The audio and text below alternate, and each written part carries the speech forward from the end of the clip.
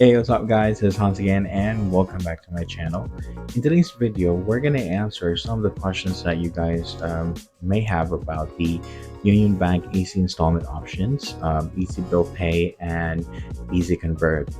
Because I noticed that medyo maraming tao talagang interesado sa option na to ni UnionBank. And so I'm creating this video for your sake. So if you're interested, stay tuned to find out more.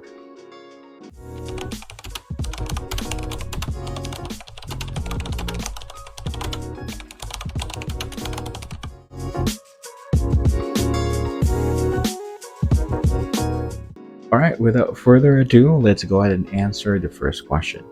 So yung question ni Jeremy uh, Casula 3343, paano ma-enable yung option for EasyBill Pay and EasyConvert? In my case kasi guys, siguro 2 months after, kasi I got two UnionBank credit cards. And then yung first ko, na-enable yung EasyBill Pay 2 months after. Parang may automatic naman siya eh. Nag-offer naman siya right away. Pagka-generate ng e-statement ko, yung e-statement ko meron siyang option there to convert to installment. With my second credit card, I think, 2 months din ata na siya na-enable.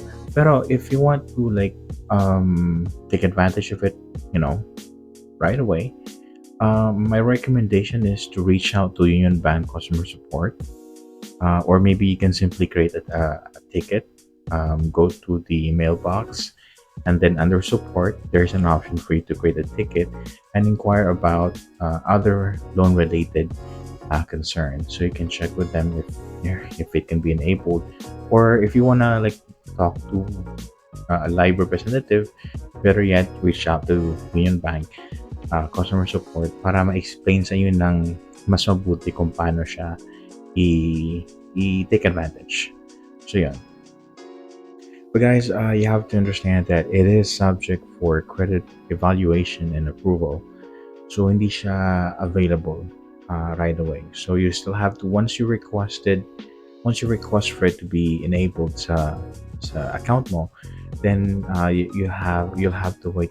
I believe siguro mga within 24 to 48 hours lang, or maybe request a call back from UnionBank agent to help you with your request.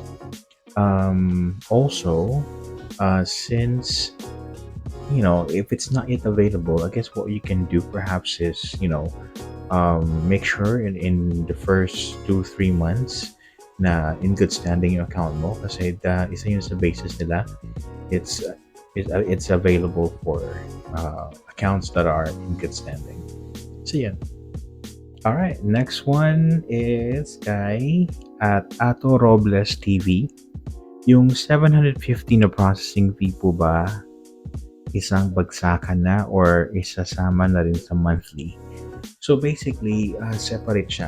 So yung 750 na processing fee, hindi siya kasama sa monthly installment mo for EasyBill Pay or EasyConvert. So mangyayari is sa installment mo, sa monthly installment mo, ano lang siya, yung amount na convert mo into installment plus interest.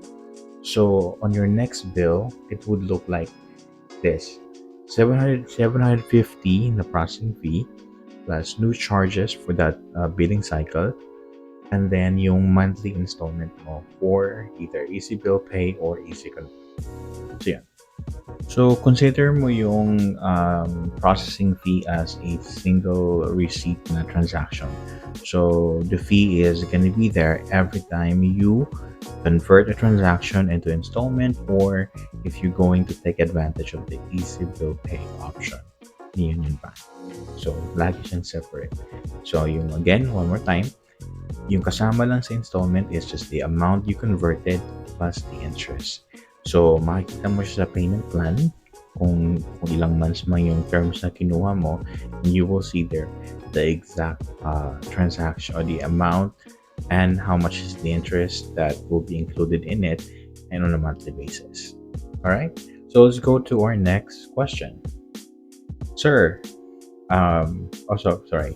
Yeah, this is from Dennis Damasco -BN6 Easy. Sir, paano magbayad sa EasyBill Pay? So guys, ang EasyBill Pay or EasyConvert, masasama siya sa bill mo. So, madalas sa question na natatanggap ko in my previous video was, so hindi siya kasama sa bill. Hindi siya kasama sa bill kasi you have to understand na yung mga credit cards, meron tinatawag na billing cycle. So, yung start date ng bill mo, tsaka yung end date. So, kung na-convert mo siya on the current billing cycle, then most likely it's gonna show up on your next one. So, hindi talaga siya mag-reflect sa current one. So, paano siya bayaran? All you need to do is wait for your statement to arrive, and then if it's in there, then you pay that on the due date. So, hindi mo siya babayaran separately, sama siya sa statement. So, yeah. Alright, now let's go to the question of at Jenny Claire Bravo 1917.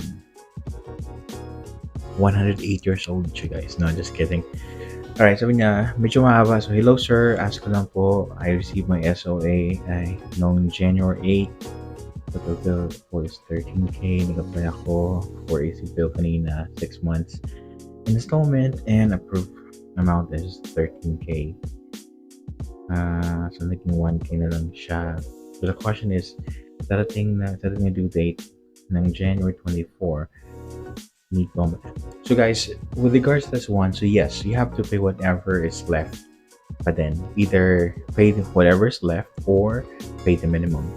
But kung mababa na yung leftover amount niya statement, it might as well paying it in the whole thing para pay in full cap for that particular statement. So yun. So dapat pa rin siyang bayaran, guys, kasi kung hindi, magkaka-late fee ka. So it's important na either pay the minimum or pay whatever is left in full. So yan. Alright, now let's go to the question of at Noel Joseph Perez 7565. So good day po. Yung EasyBill po ba kasama sa babayaran sa monthly credit card payment mo? Sample, 10,000 po yung babayaran this month. Included na po ba yung EasyBill? Paano malaman pag ilan na yung installment mo at pwede na po ba i-advance ang payment sa EasyBill? So guys, let's address the first question. So paano babayaran sa monthly credit card payment mo? So sinagot ko na to earlier. So basically, lahat ng yung EasyConvert or EasyBill Pay, magre-reflect siya sa statement mo, and whatever the balance na nandun, yun ang babayaran mo. Either if you're paying in full naman to begin with, and then carry over ka lang, just for the sake na gusto nang, may ma-carry over lang, mas less yung balance, just like what I did with mine, then it will be new charges plus yung EasyBill Pay or EasyBill EasyConvert na monthly transaction, yung babayaran mo in full. Or you could choose to pay the minimum. Pero I would highly recommend still that you pay the whatever is the balance pag na-generate na yung bill mo, and that is your new charges plus your EasyBill or EasyConvert monthly installment. So yung next question niya was sample 10K yung balance daw niya. So guys, you can easily naman pinpoint kung ano yung EasyBill Pay na amount mo, kung kasama ba siya sa bill mo or hindi. Kasi remember, may billing cycle tayo tinatawag. So kung based sa timing ng pag-convert mo ng transaction, hindi siya nasama sa next bill mo, then you have to wait for the next one. Yeah. So laging kasama siya sa bill, guys. Paano malaman pang ilan na? So malalaman mo yan, guys, sa online. You can go ahead and check either online or mobile app. When you go to the installment section ng credit card mo, i-click mo yung amount na i-convert mo or ginawa mo for EasyBill or EasyConvert. Pag-click mo nun, lalabas nun yung payment plan. malalaman mo kung ilan yung based sa terms mo, kung pang ilan mo na, or I believe may numbering din ata siya kung pang ilan na siya. Pero it will be better kung if you keep track on your own by checking then yung payment plan, and then i-cross-reference mo lang siya sa bill mo kung pang ilang months na mo na siya nababayaran. I believe wala siyang option for advance payment. I know kahit ako minsan, gustong-gusto mo nang bayaran in advance. Pero guys, if that will be the case, then might as well consider na lang shorter term. So, wag niyong i-avail or wag niyong i-take advantage yung mga 18 months, 24 months, or 12 months kung tingin nyo naman kaya nyo siyang bayaran in 6 months. For EasyBill, pinaka-shortest niya is 6 months, while EasyConvert is 3 months. So, yun. So, yung ganun lang gawin nyo, guys. Shorter term na lang piliin nyo para mabilis siyang bayaran. But advanced payment option, wala ata siya. But you can always maybe reach out to UnionBank. Maybe they have something that can help you do that. But as far as I remember, walang advance payment siya. All right, now let's go to the question of at Catherine Son 850. What if disabled yung EasyConvert option sa credit card ko? Like example, grayed out siya. And it's been like that since I got this credit card. That's a good question.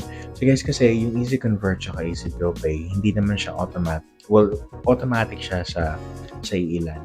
Again, it's subject for credit evaluation and approval. So, if it's not available in your account, kasi usually, pag bagong receive mo yung credit card, hindi talaga siya magiging option sa'yo. Like what happened with mine, I waited parang 2-3 months ata bago ko siya nakita na option. And then makaka-receive ka rin ng mga email notification coming from UnionBank about doing the EasyBill Pay or EasyConvert. You also get a text, like sort of like an advertisement that it's something that you can do. And then, if it's not available talaga sa'yo, then you can always reach out to UnionBank and, maybe inquire on how to make that option available for you. For both maybe.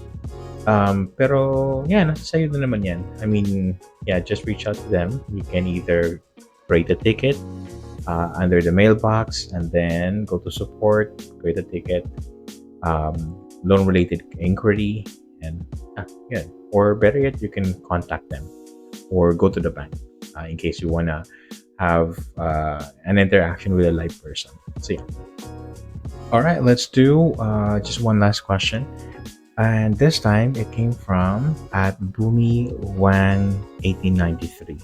And mas matanda to, guys. Hi po, for EasyBill bill, may incorporate po ba siya sa monthly yung installment, the regular monthly dues? If yes, does it mean every time magbabayad ka sa installment, may babalik sa available credit mo yung binayad mo? Or may babalik lang siya once na complete na ang installment? Thanks.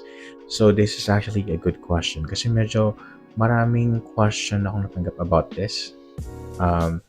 So guys, to answer the question, lahat ng payment mo sa credit card mo, whether if it's a merchant installment or this kind of installment, yung easy in-house installment ng isang bangko, it usually goes back to your available credit. So all your payment na ginawa mo, magiging available siya for spending. The only time na hindi siya maging available sa'yo is if you're so over the limit. Kung hindi naman, then it will become available. So, no need for you to wait for it for the complete installment balance na ma-pay in full siya bago maging available. So, just to give you a visual, again, nag-convert ka, for example, for installment ng 20,000 pesos. So, yun yung mapuput on hold. And then, magma-monthly ka. So sa monthly na yan, pag binabayaran mo naman siya diligently and consistently every month, then that becomes available to you as for spending. So hindi na kailangan mag-wait. So yun guys. Alright, so guys, those are the only questions that I'd like to address for now. Marami actually questions dun sa video na yun. Yung iba nga lang po, same lang din or syempre, and then paulit-ulitin din yung sagot ko. But then again, guys, if you have like questions about it pa, just don't hesitate to put it down in the comment section. I'll be more than happy to read and respond to your comments.